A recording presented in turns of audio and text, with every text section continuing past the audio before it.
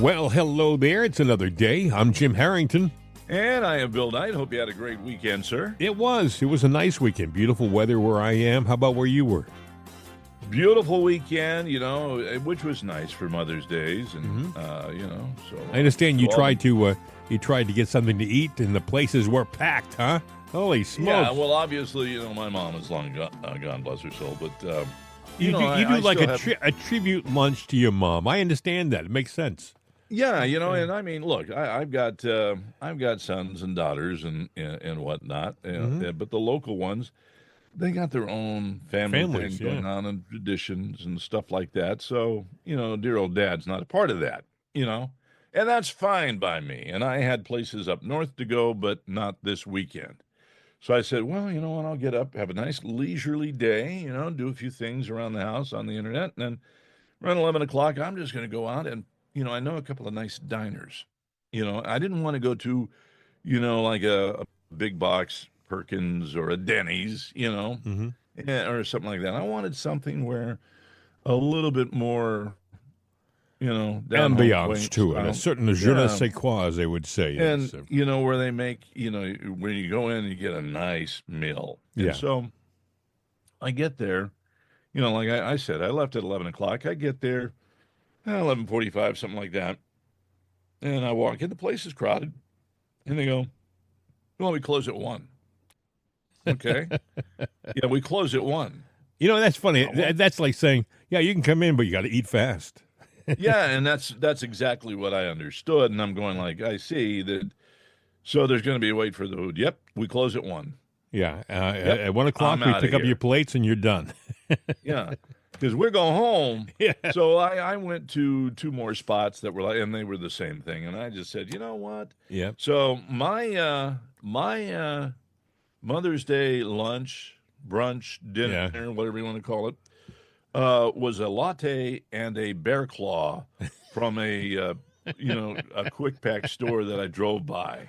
Hey, and I said, "The hell with this! I'm going home." It's the thought that counts. You're gonna have a little tribute to your mom at a little special. Let me tell you something. That bear claw was a country fried steak. Ooh, had a nice salad to go with it, and It had, a baked potato and some good veggies. And it wasn't fattening at all. No.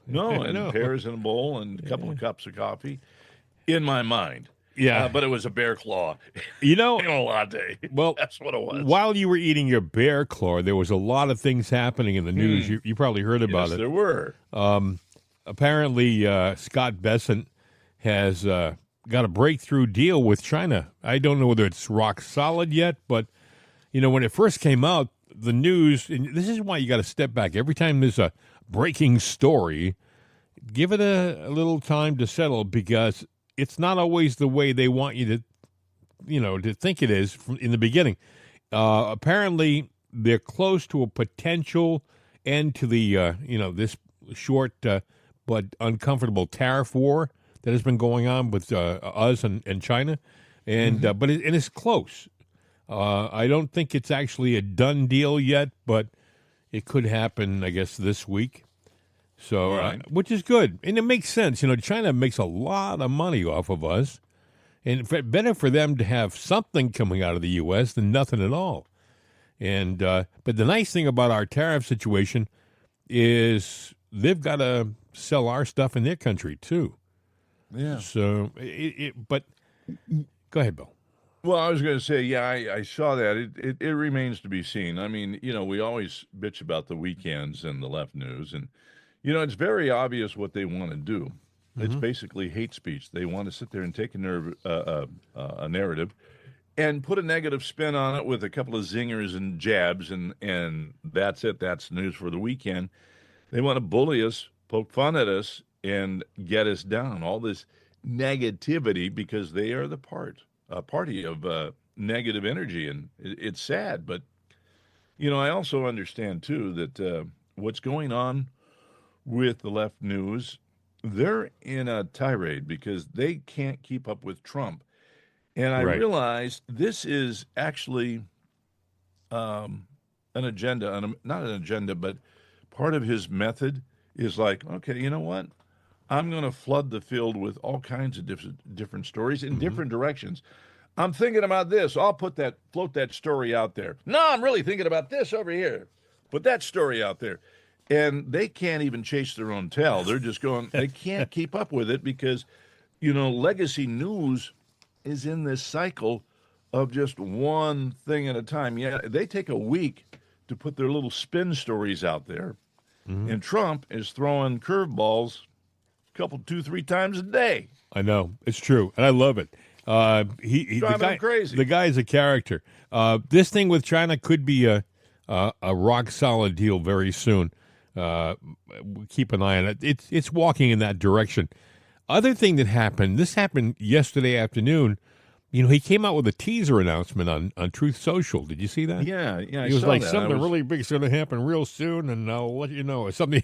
I'm paraphrasing, and then he posted. I guess about 3:00 that he was going to sign an executive order to reduce pharmaceutical prices by 30 to 80% almost immediately. 30 to 80%. I was thinking, boy, for somebody who's, spending like, I don't know, $500 for their medicine, all of a sudden to lose 80% of that and make it reasonable again, Bill? Wow. Well, I've got a medicine. It's one of them. Everything is, look, you get to be 40 or 50, you take medicine. Yep. That's just it. And I'm not a big proponent of medicine because you're putting chemicals in your body when there should be natural things out there by God and Mother Earth that are there for you, that are healthy, but they can't make money on that because they can do patent chemicals. But either way, I've got one that I like that I'm going like, yeah, the generic is okay, but the other one, I checked, didn't have any harmful benefits, but it had a lot of positive things, and you felt pretty good.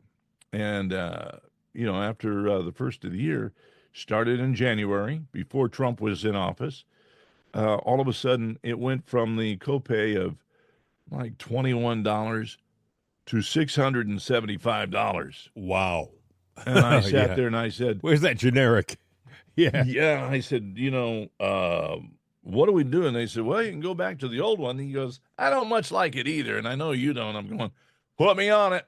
Forget that. I'm not going to shell that money out to some pharmaceutical company because they got a patent that hasn't expired yet. So I did that. But if this goes through, I'll be calling up the pharmacy and saying, yeah, you know what? Take that script and bring it back out. I think this is amazing. The things that he's doing are putting the left to shame. How can anybody, left or right, complain about lowering of the pharmaceutical prices?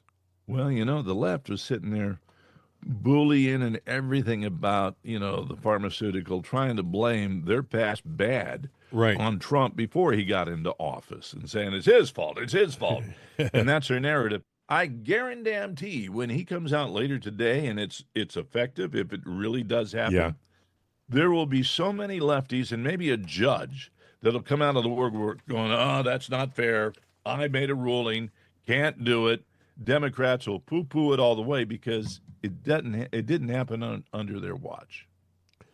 Well, they've had an opportunity, friends. It's been their ball game for the past 4 years. They could have done a lot of stuff. Ball game. Well, they still think it's their ball game. Yeah, but they're getting a rude awakening right now. They're being shown for what they are.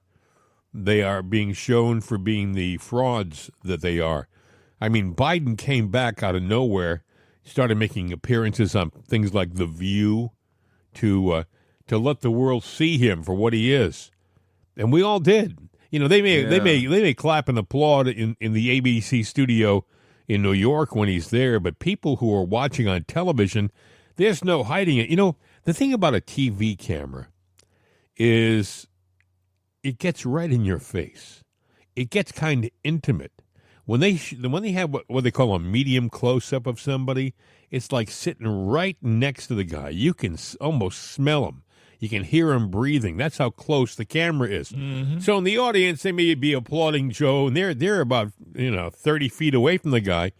But when the viewers watching on TV, they're right there with him. They can see this guy, he ain't with it. He's not with it. And we had this guy running our government. He was he was so close to the nuclear bomb, it's frightening to even imagine. His inadequacy could have caused us to stumble into World War III. As it was, look what he did in Afghanistan. Is there any doubt that he screwed that up? I mean, they may try to blame Trump on that. Trump had nothing to do with that. Trump had nothing to do with that botched withdrawal. And those 13 young men and women who died, they shouldn't have died.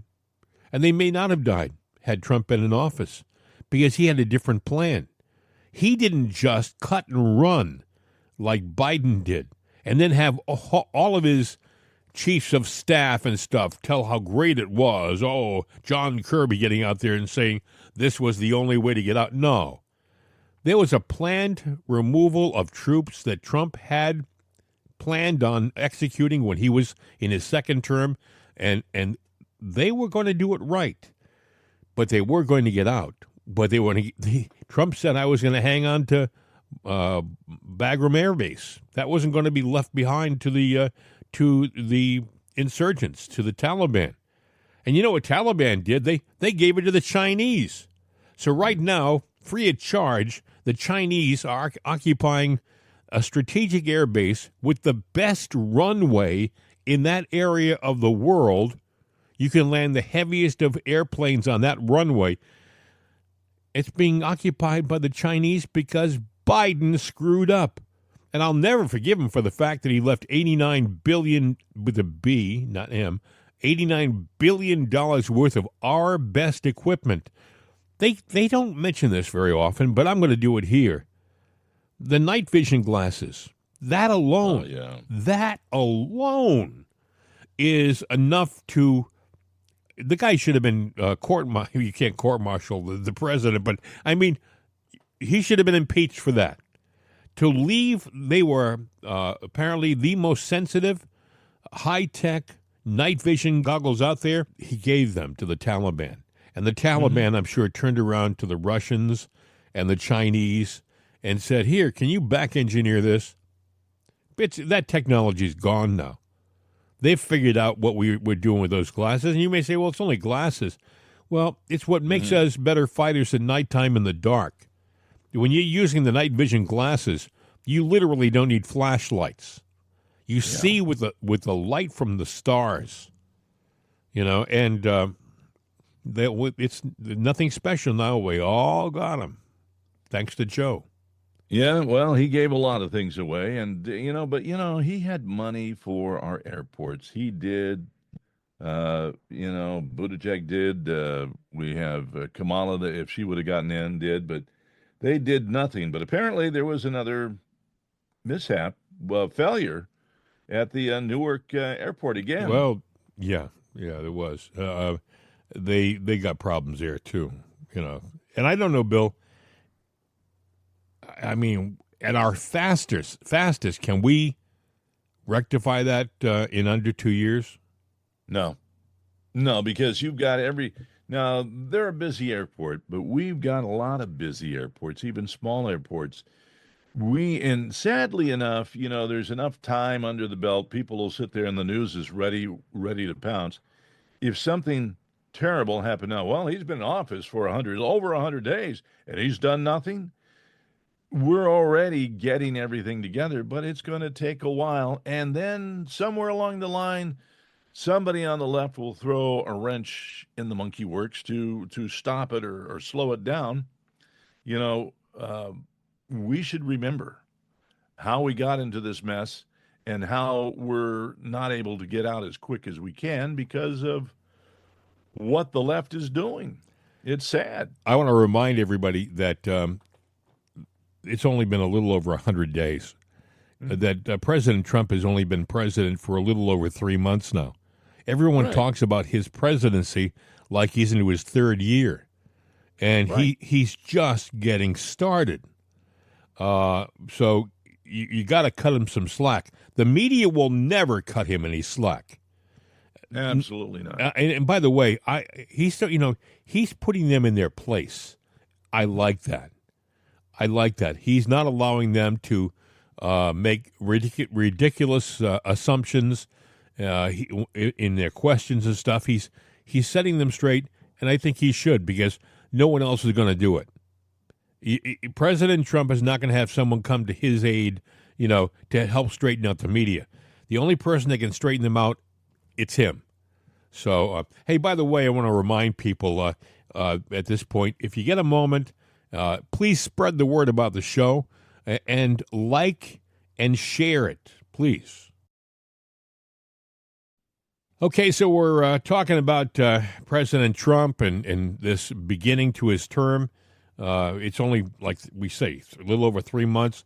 He's going to make a trip this week to the Middle East, Bill. And a lot of stuff is happening. You probably read about it. There's talk that Hamas is going to release a American-Israeli hostage, supposedly the last one that they have imprisoned. I don't know why it's taken this long. They make it sound like it's a big deal. He never should have been there.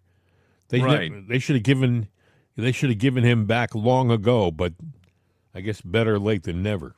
Yeah, at least we're getting him back, but maybe we haven't got him back yet. But the fact that it's taken so long, they should have, when we said we want our hostages, they should have given them all back then, right there.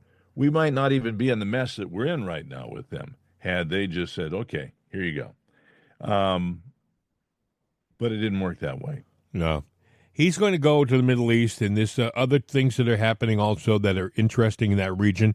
I guess they just finished the 4th round of talks between us and Iran about getting rid of their nukes. They're not going to get rid of their nukes, friends. Doesn't the White House know that Iran is not to be trusted? I mean, they can sit down and talk all they want. And they're good at talking, by the way. The Iranians are really good at, leading people along the path without really committing to anything. It's the longer they talk, Bill, the more they stall. Go ahead. You want to say? Yeah, I was going to say, you can scare somebody with the threat of nuclear war, but you got to have a nuke to back it up for that threat to be taken seriously. Anybody in their right mind does not want to go to nuclear war, but it is the final straw that you can pull out of your bag of tricks to at least get somebody to come and talk with you if you've got a nuke. So I get that. I don't agree with it, but I get it. And so, yeah, they're not to be trusted. There's talk, Bill, that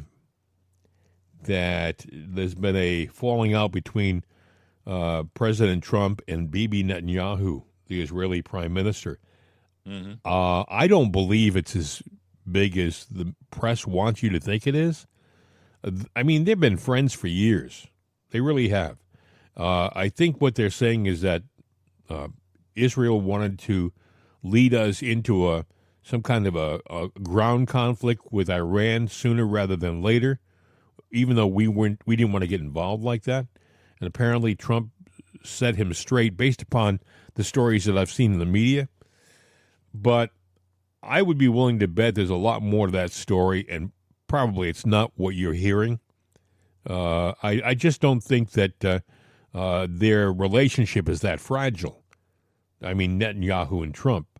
I don't either. Netanyahu's a smart guy, and you got to, do you want peace or do you want things to all hell to break out there? I want peace. I know you do, and I think the average person wants peace. So what is to be gained by sitting there saying, okay, they're at a point to where they've got a little bit of a disagreement. Let them work it out. Don't sit there and put a wedge in there and try to pry that thing bigger and wider than, what might be just a little hairline crack. Give them time, give them a chance to make this work. But that's not what the news is about. No, they are. The news is not an informing organization in general. No. They are a dividing organization. They really they get excited about things that cause turmoil. if everything is going great in the White House, if the president is having a good week and nothing's happening, that's a dull news week for the people who are reporting the stories. That's boring. That's not the kind of news week you want. You want something hot. So if they can't find a story naturally, sometimes they'll incite one. They'll say, well, there's a rift. There appears to be, through unknown sources, there appears to be a rift between Bibi Netanyahu and President Trump. There's no rift. You got to step back and look at the picture on the big scale. Don't look at and don't listen to these morons in the media. Everything with them is through an unnamed source. A reliable source says they don't name them, Bill. No, they don't. They're throwing all these divisive stories out there. But one thing it does do is distract from the fact that, and this is a fact, that the Democratic left is in total meltdown and chaos. They have no idea how to recover, what to do. So the easiest thing for the left to do, or the media, I should say, to do, since they're on the same team, is to sit there and say, let's throw this out there. Here's a distraction. Oh, wait, you know what? There's a little unsettlement there in the negotiations with Netanyahu. So let's make that a big divide because it's our interpretation of what's really going on. They drive that news cycle of hate, deception, and divide because it takes the lens out of the fact that the Democratic Party is coming apart. It's falling apart. You even got the old DNC official. What was his name? James Carville. No, not Carville. The guy that was in charge of everything before, who admitted that they spent $2 billion trying to trick the American people that their eyes were deceiving them. And that Joe Biden was to the White House, and everything else they had going on. It was David. Is it Hogue? He's still there. David Hogue. He's about he's about 22 years old. 25. 25. Yeah. Yeah, 25. Yeah, Hoggg. But anyway, I don't get Hogue out of that, but I think that's how they pronounce it. Maybe they call it Hog or Hoog, but I don't care what they call it. I think it's Hogue, but if you go, I would have called it Hog, but would you want to be known as Mr. Hog? Only at the buffet. Yes. Hey, interesting thing happened Friday. You probably heard about this, but there were some Democrat representatives and the mayor of Newark, a Democrat, who decided it was a slow news week and they wanted to get some attention. So they strolled over to a federal detention area in Newark, and they started to cause trouble. And they were the ones who initiated the problem. And by the way, they said they were doing nothing, but they don't tell you that the mayor of Newark was there several times before that week. He was trying to get some attention like days before, and it wasn't, getting any traction. But it got some traction on Friday, and and they arrested him. But here's one of the representatives. I think it's Bonnie Watson Coleman. She's an older woman, but she was full of, as they would say, piss and vinegar. Listen. But there's no reason for it. Nothing happened other than the chaos that they created themselves. If anything, we were pushed and shoved and found in a very vulnerable situation for the three of us. Let me tell you something, Bonnie. Mm-hmm. You wouldn't have had a problem if you didn't try to get into the facility. If you just stood at the gate and made some comments and walked away, no problem. But you tried to get in. They opened the gate to let a car go in, and the mayor of Newark decided that was his opportunity to go in. You can't walk into a federal prison and expect to have nothing happen to you when you break their rules like that. Right. Just amazing. These people, one of them was so, I think it was her. I think it was Bonnie Watson Coleman. Maybe it was the other lady. Maybe it was Representative LaMonica McIver. But as she was being pushed back and away from the gate, she was using every bit of street language that you've ever heard. She sounded like she was a lady from the hood, if you know what I'm saying. And it was well, we can't play it here. We could play it here, but we're not that kind of podcast. No. But anyway, Tom Homan, they were talking about all we wanted was due process for the due process. Here's Tom Homan. Listen. You know, just watching that body cam video, absolutely incredible to see that went down. And before we get to it, I'd like you to also hear what the Newark mayor had to say also in his defense. We asked them to obey our laws, to obey the policies and rules here in the city and the state of New Jersey, not to run roughshod over the Constitution of the United States, the Bill of Rights, the 4th, the 5th, the 14th Amendment, that everybody on this soil deserves due process. Tom, he's saying they're the good guys here. Well, look, he's not very smart. I mean, bottom line is that's what the facility is all about. This facility is about due process. This facility is where we put illegal aliens, people in the country illegally, first of all. So they're in the country illegally, they're being detained. And they're screaming and yelling about due process and 14 and all this in the Constitution. And this is where due process happens. We have to detain them to go through the due process of, sometimes seeing a judge, sometimes they already have final orders. It's ranging removal to their countries, to getting travel documents to their countries and making sure all the administrative processes are followed. So this is exactly what the facility means. And I'll tell you this. I can guarantee you this facility has higher detention standards than any New Jersey facility. This facility has the highest detention standards in the industry. You compare that to any jail in New Jersey, and you'd be shocked how high these detention standards are. Yeah, they went in actually at one point. At one point, I believe those representatives were allowed to walk in for a few minutes. Yeah. And when they came out after the altercation, they came out and they were... They said, well, it is a clean facility. I saw them say it. Well, it is a clean facility, but they have no right. I mean, they couldn't go in and say the place is a dump and they're not being treated right. They walked in and found that it was taken care of well. They were being fed, these people, but they were being imprisoned and detained. That's what the facility's for. It's funny because there's two sets of videos out there, too. There was a lady representative who got in the face and got into an altercation with one of the ICE people. But, the video that she puts up is her standing there like she was prim and proper all the time. But I saw the video of you getting in their face, and there was a gentleman who goes, oh, well, we walked in freely.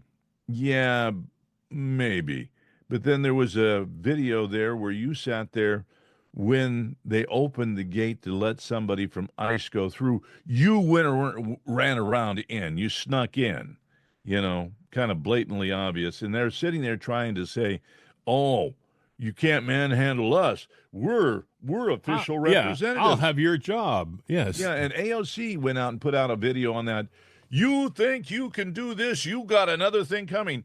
That little baby girl needs to be, she needs another thing coming. And her mouth is going to get her behind bars if she doesn't watch out. Well, because she's going to incite, and she's trying to incite violence. Raz Baraka is the mayor of Newark. He's the guy who was arrested, and he was beside himself. They actually arrested me. They arrested me for breaking through the gate and stepping into an area that I wasn't supposed to be in.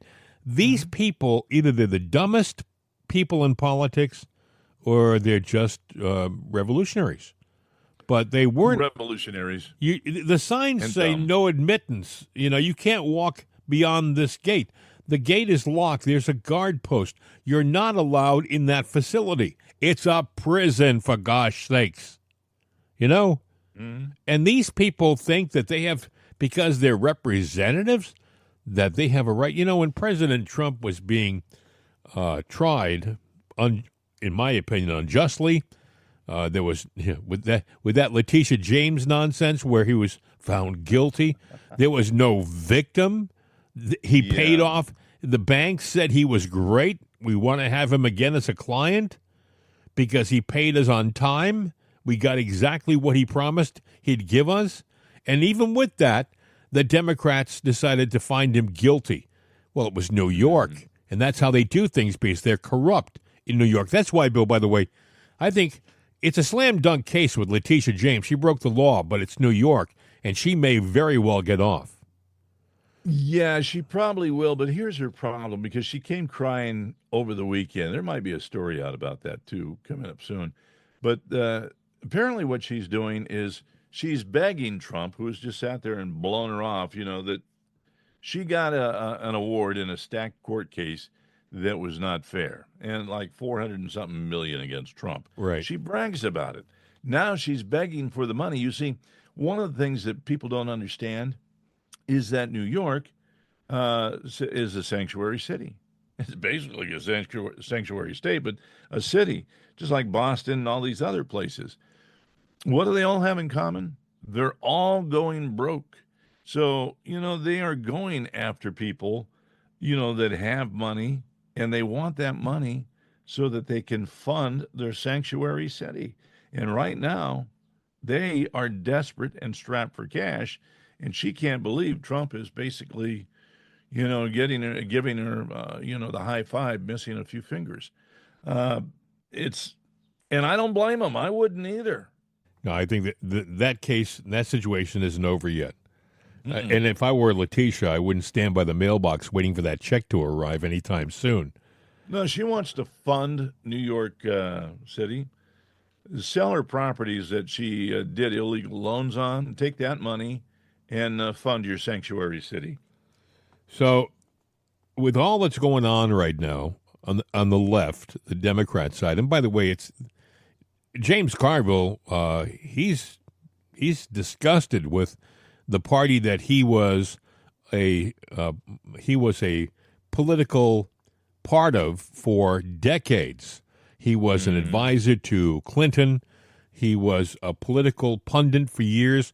The guy knows the Democratic Party. He doesn't recognize the Democratic Party right now. He does not. He was on a podcast. I think it was Friday, or maybe it was Saturday. He said this. Lady, why don't you just get out the Democratic Party? Honestly, start your own. I should start this again. He's talking about Jasmine Crockett. Jasmine Crockett. Listen. Lady, why don't you just get out the Democratic Party? Honestly, start your own movement. All right, let's do the simple math. And probably 69%, I don't know, we could call Jim Gerstein or Jeff Garrett. Roughly 69% of the people going to vote in November, maybe more. Let's do 70 for just round math, are going to be white. Of that, 48%, maybe a little more, are going to be male. So that's roughly, let's just call it 33.33% of the entire election. Well, let's just run against them because that's so goddamn smart. All right. So now we're going to have a campaign by the progressive left against white men who vote about a third of everybody that votes in an election. Why don't you, lady, start your own party? And then when it's over, if you want to caucus with the Democrats, fine. We agree with a lot of things that you do, but we don't believe we ought to be running against white men. In fact, we don't think we ought to be running against any gender, any ethnic group, any race, any religion, or anything else. God damn, these people are just helpless. They cannot be helped. There's nothing you can do to help them. They don't want to be helped. And if they had any guts, they'd start their own goddamn political party and get out of ours. He's really fed up. And the reason why he talks about the white man, right, is because Friday, Jasmine Crockett was on a podcast, and she said they're looking for another middle-of-the-road white guy. She made it a racial issue. She was saying how race plays an important part. By the way, I really mean this. Up until Barack Obama became president, we were a healing country. We were a country before Obama where race was kind of like an afterthought now. Everybody was kind of getting along because everybody was getting along. We were moving in the right direction. He derailed that. He became the instigator, the racial instigator. You would have thought he would have looked, Bill, you would have thought he would have looked around and said, wait a second, I'm the first black president. They voted me in twice. Maybe it's a great country. Yeah, but they're sitting there, they're taking that, and they're still trying to hammer that racial wedge in there. And even though he and Michelle are on the outs, or Michael, the simple fact is she's sitting there doing the same kind of divide. You know what? I do want to remind you, though, that if you like what you're hearing, we do ask you to like and share the podcast. You have a situation where our country now is always talking on the Democratic side race. You'll note that President Trump never talks race. Never. The right, so the big bad right, like the Democrats and the news media want you to think, they aren't talking about a racial situation. They aren't trying to minimize people by their skin color. It's the left that is constantly throwing that in your face. Well, if you notice, the support for Trump is beautiful in the fact that it's multicultural. You know, I don't like to divide colors, you know, but we'll just say it's multicultural, multi-ethnicity, because we're not playing that card. The Democrats are. And, you know, maybe it's the new Democrats, because there has been an infiltration in there of a certain type of Democrat. And some of them are young. And for the most part, the youth today get it, but there are some radical lefties that are there. And I think to this extent, Carville's right. They are destroying the Democratic Party. They have ripped it apart. They haven't got much time, in my opinion, to find an appealing candidate and position him or her for the election in 28. You may say, well, they got 3 years, but you have to find somebody. If that somebody is not known nationally, like Barack Obama was, you know, Barack Obama, we didn't know about him in like 2005. I think he became a senator in Illinois, and he was a first-term senator. I think he was only a senator for 2 years. And I think if they want to position somebody to be their candidate, they've got to do it pretty darn soon. And then they gotta introduce him, and then they gotta start building him up so that by the time the election is here, he's somebody who the country is familiar with. As it stands right now, they're familiar with Jasmine Crockett. They're familiar with Alexandria Ocasio-Cortez.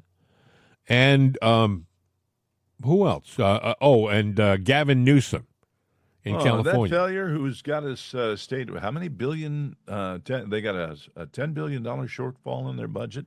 And this is not the first time. Yeah, but he has nice hair, Bill. Yeah, well, you know what? It's he's getting older, and it's he's not aging as distinguished as some guys do with that kind of hair. The problem that the Republicans have is coming up here in the midterms, and that is because we've got a Congress and a Senate that have passed the least amount of bills to the president in the past 70 years. They have been sitting on their hands, and they need to get united and do things, positive things, but get it going. Otherwise, people might get a little, discontented with them and do some wholesale changes. And during that wholesale change, we could lose the Congress, the Senate, or what does that say about Mike Johnson? In my opinion, it says he's a weenie. Excuse me, I said it. He's ineffective. Yeah. He is not getting the job done. He may be a nice guy and articulate, but you don't see him pounding the stuff through. All they have to do is codify the executive orders that Trump has put out there. What that means is take the executive orders, which, by the way, as quickly as they're signed by President Trump, a new president can get rid of them as quickly. You're gone. You're gone. That's done. Biden did that with a lot of Trump's executive orders.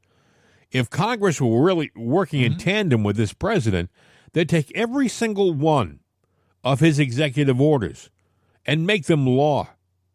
And by the way, you count on the fact that every Democrat is going to vote against that. But we right now have the majority. So make them law. You know, what the hell is wrong with you guys? Do. Yeah. When they're in there and they got a Democrat president, they got a Democrat Congress, they work lockstep. I mean, a Democrat president, just to be stupid here, could say, no nose picking on Wednesdays. Yep, that's a law. There it is. They will take the dumbest of things and sign it, and they'll make it a law. Yeah. And then the next guy's got to come in and go, yeah, that was kind of stupid. Let's get rid of it, which, kind of shows you the how childish these leaders are. Bill, God forgive me, but I truly believe this. I believe the corruption in Washington, it knows no party boundaries. I think that there are people in the Republican Party who are just as corrupt as any Democrat. Yeah. Maybe more so because they pretend to be one of us. They pretend to be all-American, apple pie, and a patriot, when in reality they're probably padding their pockets just like that greedy guy across the aisle from them. And that is those people. Never mind not being elected again; they should be in prison for doing stuff like that. And I think we talked about this on Friday, Bill.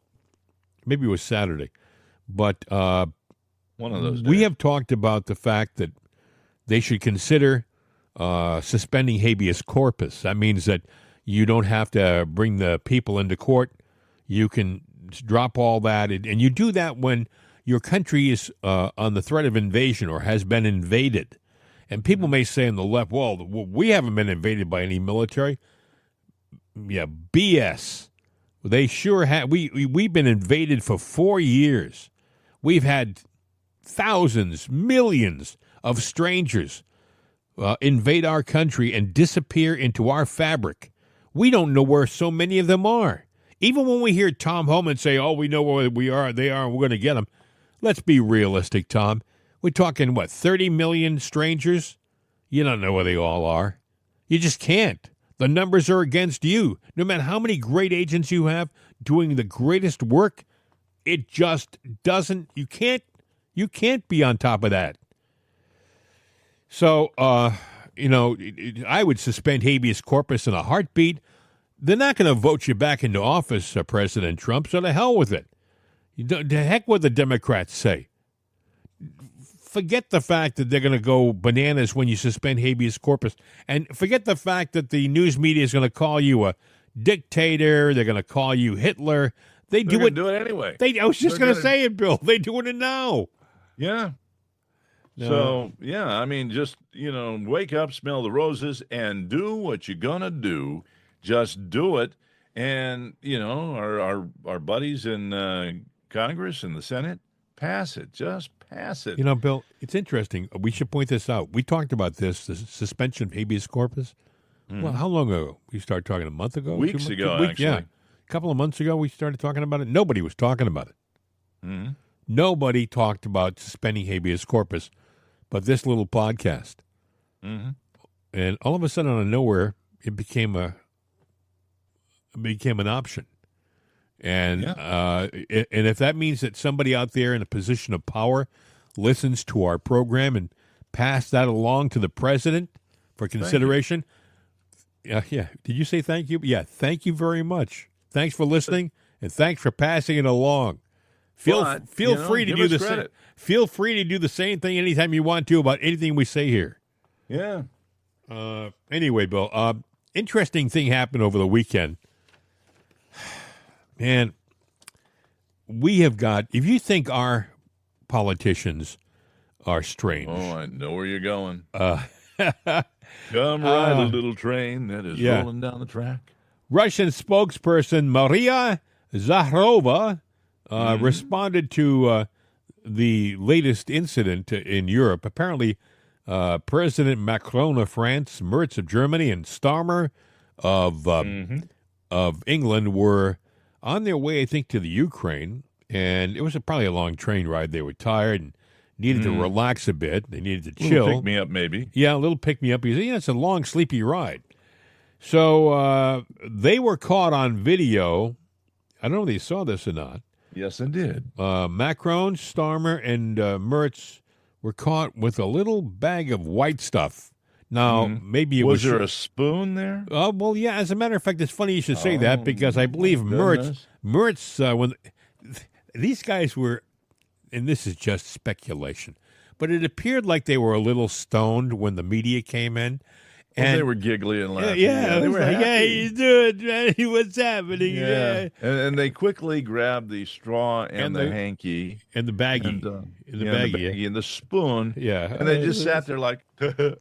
Yeah, what they did with they took, like Bill said, they took a tissue, and I guess it was Macron, tried to be very, very suave about it, and he covered up the baggie and crumpled it up like it was junk, and he held it for a while.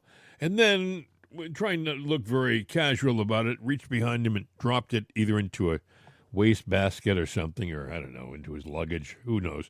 But Mertz, the spoon, it appeared to be one of those little plastic spoons that they use for such things. It was right there, and so he just and he put his hand over it, like, there's nothing to see here. Very. If they were magicians, you'd walk on their act, because they didn't conceal anything, folks.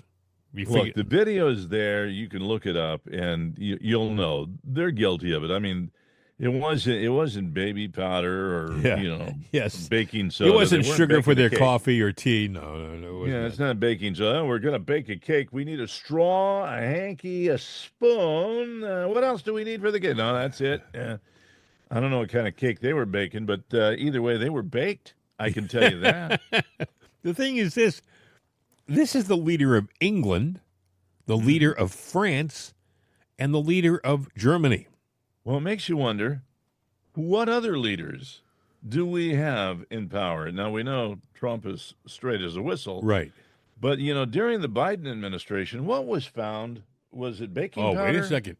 It was a baggie of something. I think they said it was, dare I say the word, cocaine. Yes. And we've got an administration, the previous administration, that allowed the borders open, the drugs to come in, and the number one consumer of these drugs, because we've been made to be that way, right, is the United States. So these people that make their money on that, well, it's a sad thing, but the United States is the number one consumer. Friends, if you take drugs, you need to get some help. If you know someone that takes drugs, let me ask you need a question. to get them to get some help. Let's say you have a family member who is elderly and gets tired after just a few hours worth of work. I mean, it happens when you get older. Your body starts to run down, and Joe is 79, 78 years old, maybe. And did they coke him up? Well, I never did that stuff, Bill. So, but from what I understand, it's a stimulant, So I'm just saying, let's say there's some kind of a big press conference and the leader of the free world is having a hard time keeping his eyes open. You got to do something. And let's say hypothetically you say, hey, sniff this. I think the high only lasts so long, and I know one thing that it does do. What is it? The endorphins in the back of your, in your brain. It releases those, but the people that are addicts have to take more and more of it, because what happens is the supply of endorphins kind of run out, and all of a sudden, the little happy feeling that you try to get goes the way of the Fagawi. It's gone. But they keep smacking this down now, and that's what traces, gets them into other things. It's. All I can say, folks, is that maybe they're not the only country. Europe, Germany. No, I'm France, thinking we have it here. Yeah. Hell, I mean, now, cocaine's had a big thing. The reason why we say that Trump is not one of these type of people, he doesn't drink, folks. A lot of people don't realize that Trump is a teetotaler. And has been all of his life. He does not even drink. So those kind of things are verboten. He doesn't want those people around him, because he likes to be clear-headed when he negotiates. His vices are, and they make fun of it, are burgers and Coke. Yeah. The kind you drink in a can. Yes. The beverage. Coca-Cola. Yes. The beverage, and that's it. And that being the case, they got nothing on him. I mean, they could say, Trump, if you would quit the burgers and the soda pops, you would probably knock off 30 pounds he right did. away. He did. Have you seen him recently? He's lost probably 25 or 30 pounds. Absolutely. Well, that's good for him, because that's the one thing, Coca-Cola, if you go by the history, was a derivative of cocaine, but that went the way of the Pagawi years ago. They quit doing that. It doesn't have that in it anymore. Well, what a great way to get people hooked on your beverage. Here, try Coca-Cola with our secret ingredient. Cough syrup. Yeah, with it was a cough I know syrup. it was. With a secret ingredient of cocaine. It'll get rid of your cough and whatever else ails you too. Well, it tasted like crap, so they sat there and they said, well, you know what? Let's put some soda water in it, a little seltzer. sugar, and that's how a doctor got him. Well, I invented a drink, but cocaine's been a part of the American, history.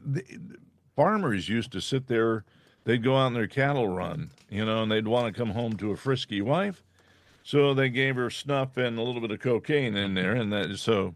She was happy to see him when they got home. Yeah, sometimes the poor woman would have to have a little something to make her happy. Something stinky that's been out on the range exactly. for 2 weeks, coming in the door. Oh man, where have you been? Whoa! We talked about that Maria Zakharova, the spokesperson from Russia. She posted, I guess, the video shows the president of France, the Prime Minister of Britain, and the Chancellor of Germany having pushed Zelensky into yet another hellish intrigue to disrupt the settlement and continue the bloodshed in Europe, as in the joke, the Frenchman, I don't know what that is, as in the joke, the Frenchman, the Englishman, and the German got on a train and then she put blue. Russian humor cannot always be translated into English, okay? But that makes sense to apparently somebody with a Russian background. Apparently, so much that they forgot to put away their paraphernalia, a bag and a spoon, before the journalists arrived. The fate of Europe is being decided in every sense by dependent temporary workers, she wrote. This is the Russian spokesperson. By dependent temporary workers. Incredible footage as the Almighty himself is lifting the curtain of this stinking Sabbath to the world, so that, quote, those who have eyes to see, end quote, see. This is, she's translating from Russian to English, and it doesn't always work, but you get the gist. She's saying, we're seeing what these guys are really like. Even when they try to hide it, they can't hide it, and you're starting to see. Those who have eyes see. It'll be interesting to see whether anything more develops from this. But Bill, it looks to me like they were doing drugs. It looks like it to me too. This is like the 80s all over again. Yeah. But you know what? Maybe they were partiers in the 80s and they never really quit. And now that they're in power, let the party begin. Let's break out the bubbly and the Coke. And there you go. You would think they would take their job a little bit more seriously than to break out drug paraphernalia on a diplomatic train headed toward a war zone. One of the problems that they have, people that do the cocaine, when they're under the lure of it, we'll put it that way, they think they're invincible, and they because on the short term, it is that little pickup and everything, and they think that they're more mentally alert and things and a lot of people took it because of depression. Well, it didn't seem so bad, when you were coked up and everything was possible. Well, that was just a false number, but, you were listening to the drug, and that's what they're doing now. So it makes me wonder about all the leaders. There's been a lot of stories about Macron. He's a strange guy. I think he married a woman who's like 30 years older than he is, 35 years older than he is. And I guess when they got married, it wasn't that. I mean, looked like her son, but she was a younger woman. But they've been married for a while now, and she looks like his mother. and yet they continue to do their thing. Another Sure they do. One more thing we should point out: if you like our program, please do us a favor, like and share the show. That's important to us. We changed our platform recently. We went from one distributor of our show to another, and it's important that you get the word out, because without you, the numbers actually they don't carry over from one platform to the other. So No, it's like, we start fresh. yeah, Now, I will also say, we are It's Another Day, and we have it'sanotherday.com. It does go to the old platform. The current shows are there, and they will probably always be there. We fired up jimandbill.com, which we've had for a while, but it goes straight right. to the new platform, and It's Another Day will soon just, truncate right over to Jim and Bill. the Jim and Bill the Jim and Bill website, because either way, it's Jim and Bill, It's Another Day podcast. So Right. we just have both domains, and they'll funnel to the same place. Right now, the main, and it's a big change. If you look at the old and you look at the new, Yeah, there's a lot of difference. a lot more work went into the new one on Jim and Bill. Yeah, the other one was just a cardboard cookie cutter cutout. Yeah, Is what they gave you. This one, we could sit there and put different things in at different places, and it's kind of easy. It's kind of cool. so do us a favor, like and share. Another story which I thought was really fun. This is Donald Trump at his best. He put an order in for two brand new Air Force Ones with Boeing in his first term. Yeah, and they Boeing still haven't done anything on them. They still have not. No, he put them in what, 2017, and now it is 2025, and there's no sign of those airplanes. This is Boeing we're talking about. So Trump reportedly is taking matters into his own hands after growing increasingly frustrated with Boeing's disastrous delays in delivering two new Air Force One aircraft, a project he personally spearheaded during his first term. So what's happened is, according to the Wall Street Journal, Trump has now enlisted Florida-based defense contractor L3 Harris to transform a lavish Boeing 747-8, once owned by the Qatari government, into a fully customized presidential aircraft by this fall. What do you think of that? Mm-hmm. Now, that plane is what's really causing uproar on the left. Oh, they're going nuts. They're going nuts because now not everything is finalized yet, because it's a gift. It's a gift from the royal family there, because they're going, that's bull crap what you're going through with your country. We've got one. It's 10 years old. It's had very little flight hours on it. It hasn't been flown much at all. It's plush. Now, the deal is he gets to use it at Air Force One, and then it goes to his presidential library when it's over. Democrats say, well, if you're going to take that, we want the government to pay for it 100%. Yeah, you'll park it somewhere and save it for when a Democrat gives in, because this is a dig at Trump. No, that doesn't work that way. And the other thing is, do you remember in his first term, he was very proud of it. He took Air Force One, right, and he said, okay, I'm changing the colors from that light blue to a dark blue with the gold and trim, and it was beautiful, But then, he was going to have it for his second term. Biden gets in. Biden goes, I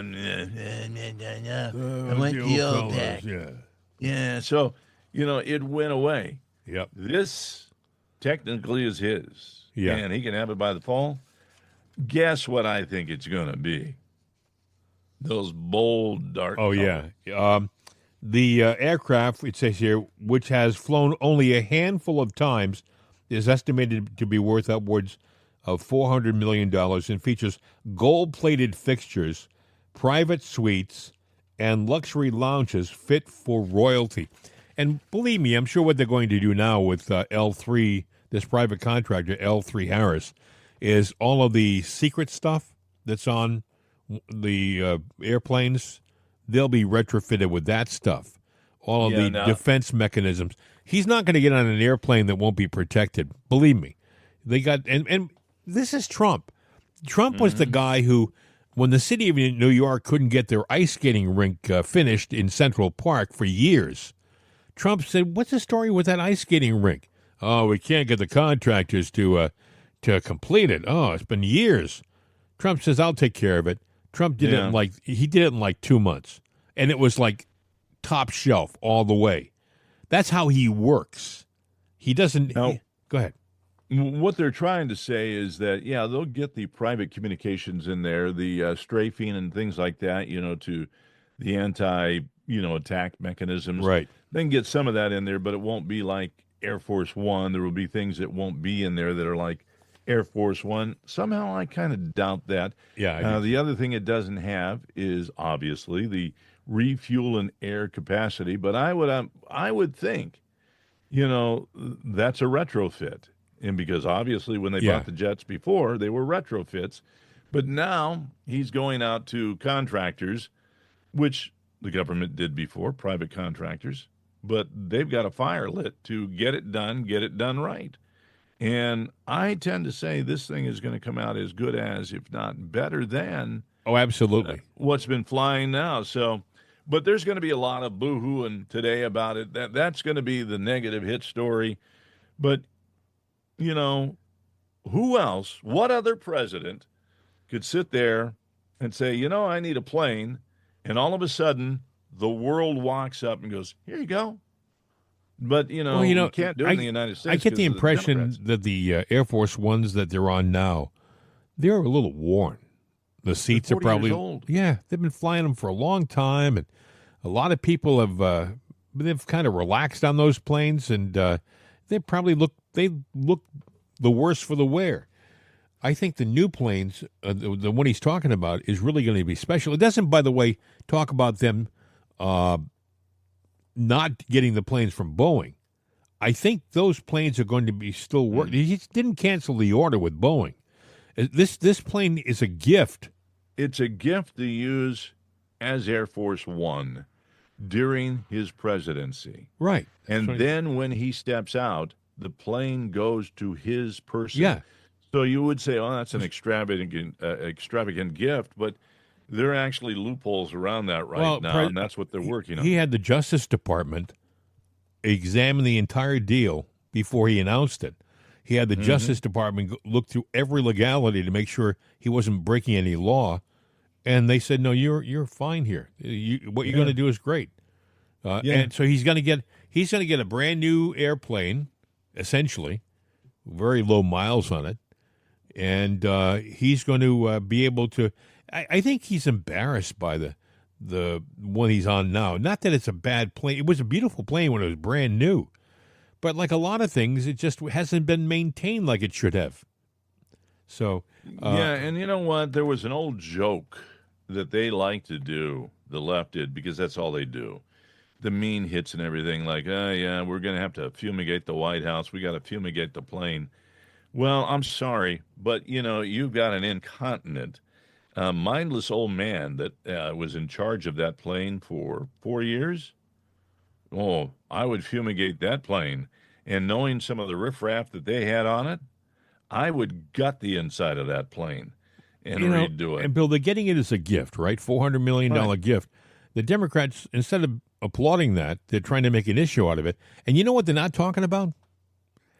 They're not talking about the multi-million-dollar ballroom that Trump is going to build at the White House and pay for it himself. Give it. Yeah, he can't take that with him. It's there. Yeah. He's building a palatial ballroom in addition to the White House so that when people come in for a state function, it's there, Yeah, and think about this, Democrats. Let them build it. Might be J.D. Vance getting in. It could be a Democrat in 2028. We don't know. And it's being paid for by Donald J. Trump. And, and the left isn't saying a word like, oh, okay, that's okay. Yeah, no problem here. They have no problem with that. But when he's getting a gift, a gift, meaning they're not paying for it, I mean, that's what a gift is, folks. For the people on the left, a gift is something that is given to you without you paying for it. Obama got it.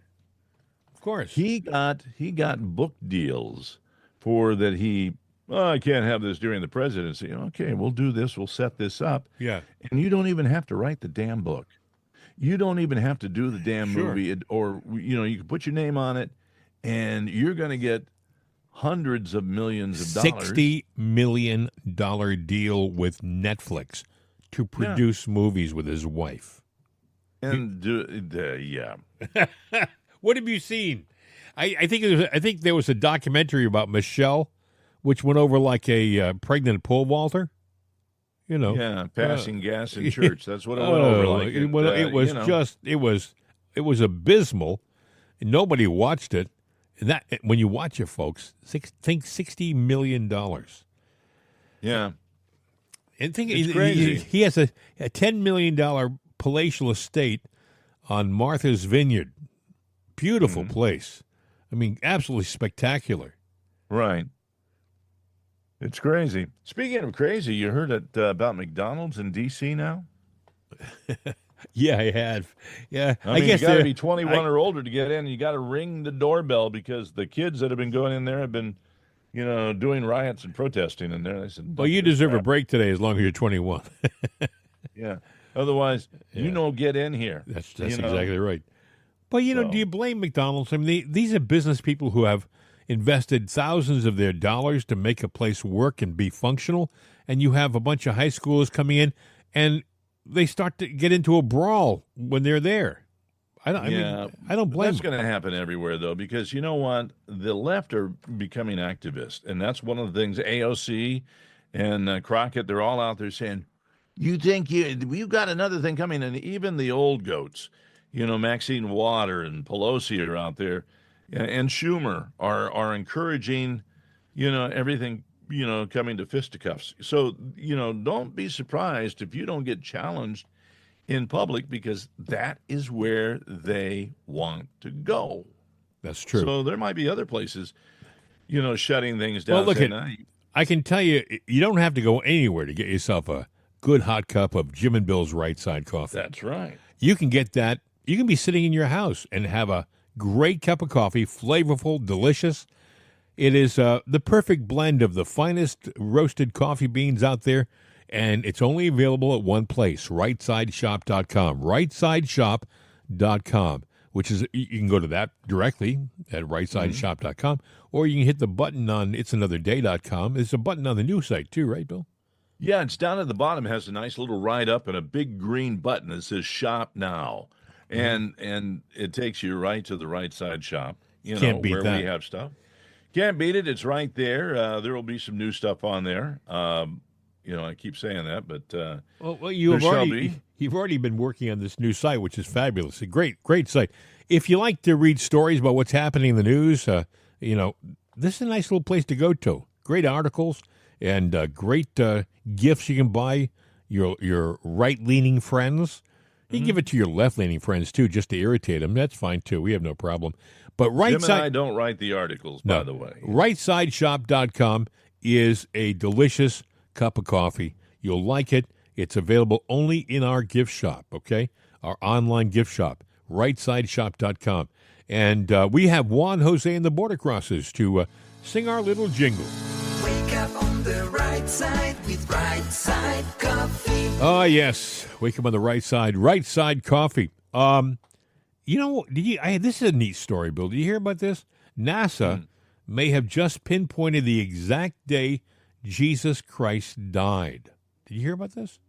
Listen, this is amazing. No, actually, that's interesting. This is interesting. Listen, they figure it was April 3rd, 33 A.D.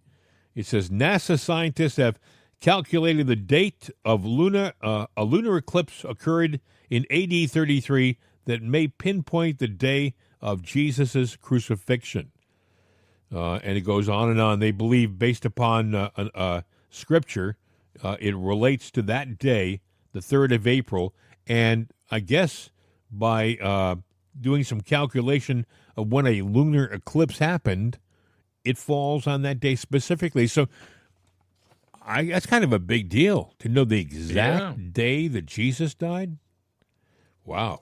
I wonder how the church will take that, because Does that change Easter too and everything? You know. Well, that's a good question. If you know exactly when he died, that would be he died on Good Friday, supposedly.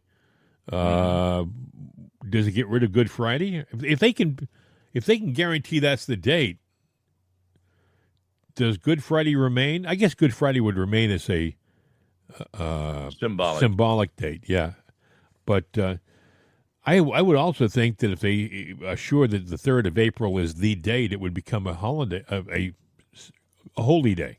No, see, they can't do that in the United States because think of all the atheists that would act up, the Crockett's, the true. AOCs.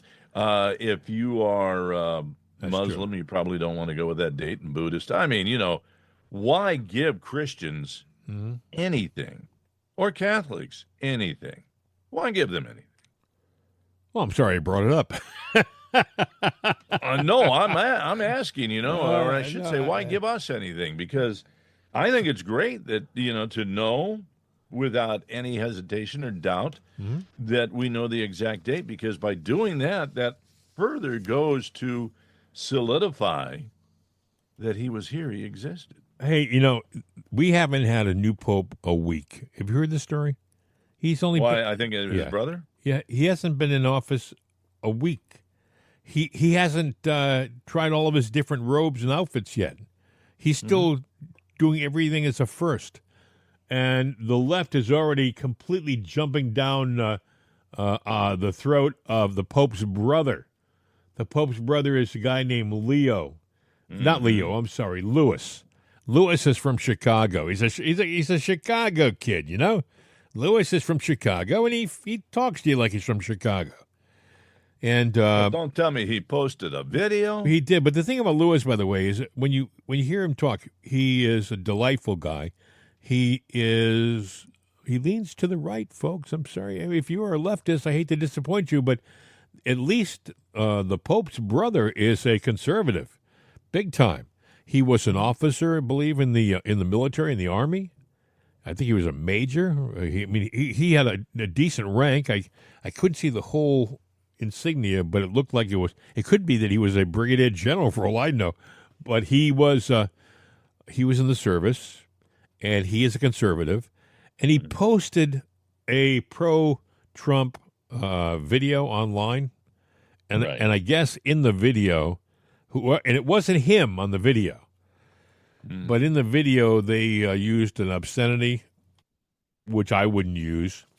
The C word, and you know what that is, so there you go. You should never say that word, because I think out of all the bad words, that's probably one of the most derogatory things that you can say. I got to tell you, Bill, they use that word an awful lot in England. It's a much more casual obscenity, and I'll tell you how I know that. I watch Mobland with Pierce Brosnan and Tom Hardy, and it's a great Helen Mirren. It's a great series. I love that show. It's a great series, but I mean, every other word out of these thugs' mouth is that word, and it's like, gee, but it's. I guess maybe it's that the culture over there is a little different. It's more accepted there than it is here. But yeah, you say that especially to a woman around here, and whew, yeah, but and I don't blame them. And we have listeners. We have a decent number of listeners in England. So if you are in England and if you'd like to set us straight on this, go to mail at itsanotherday.com?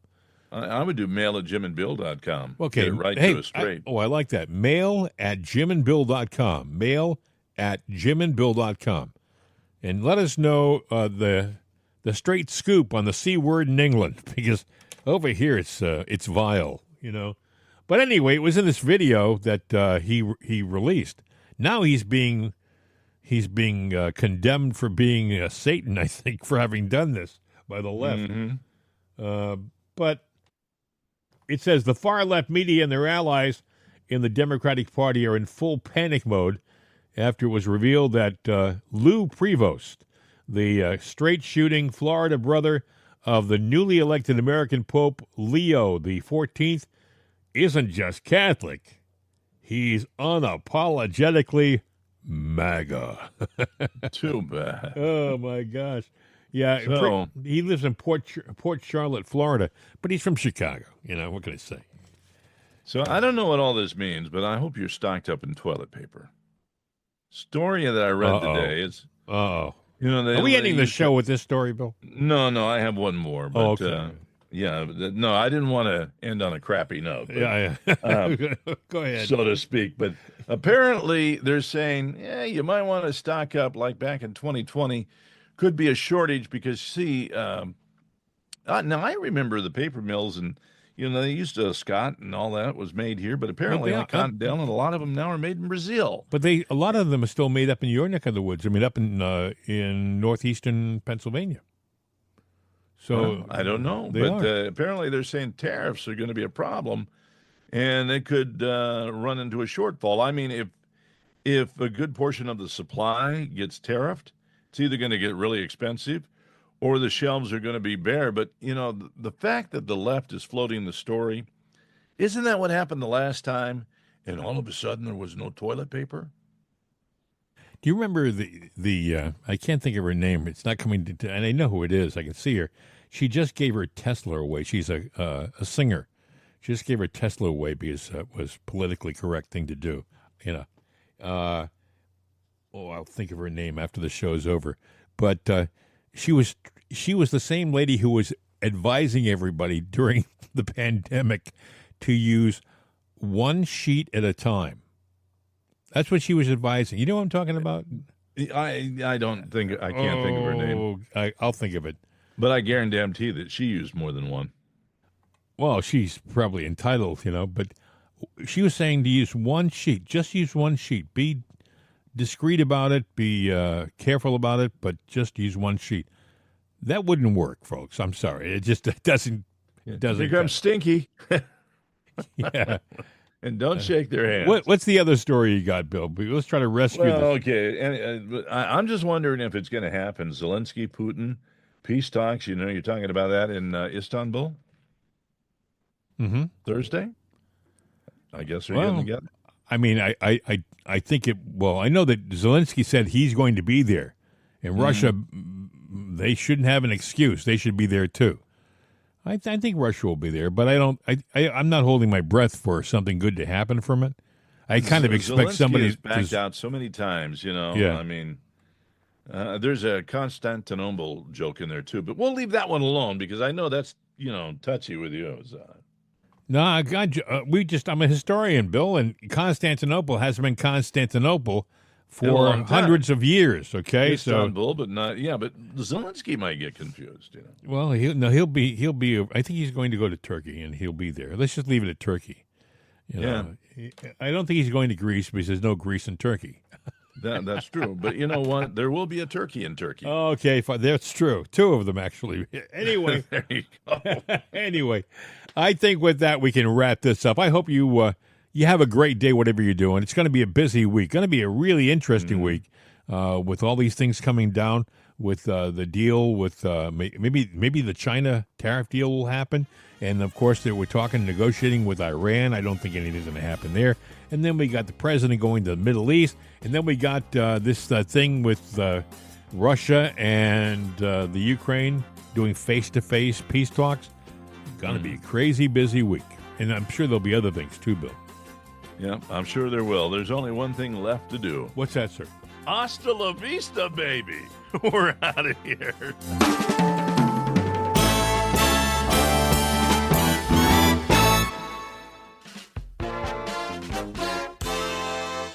This is CRN America.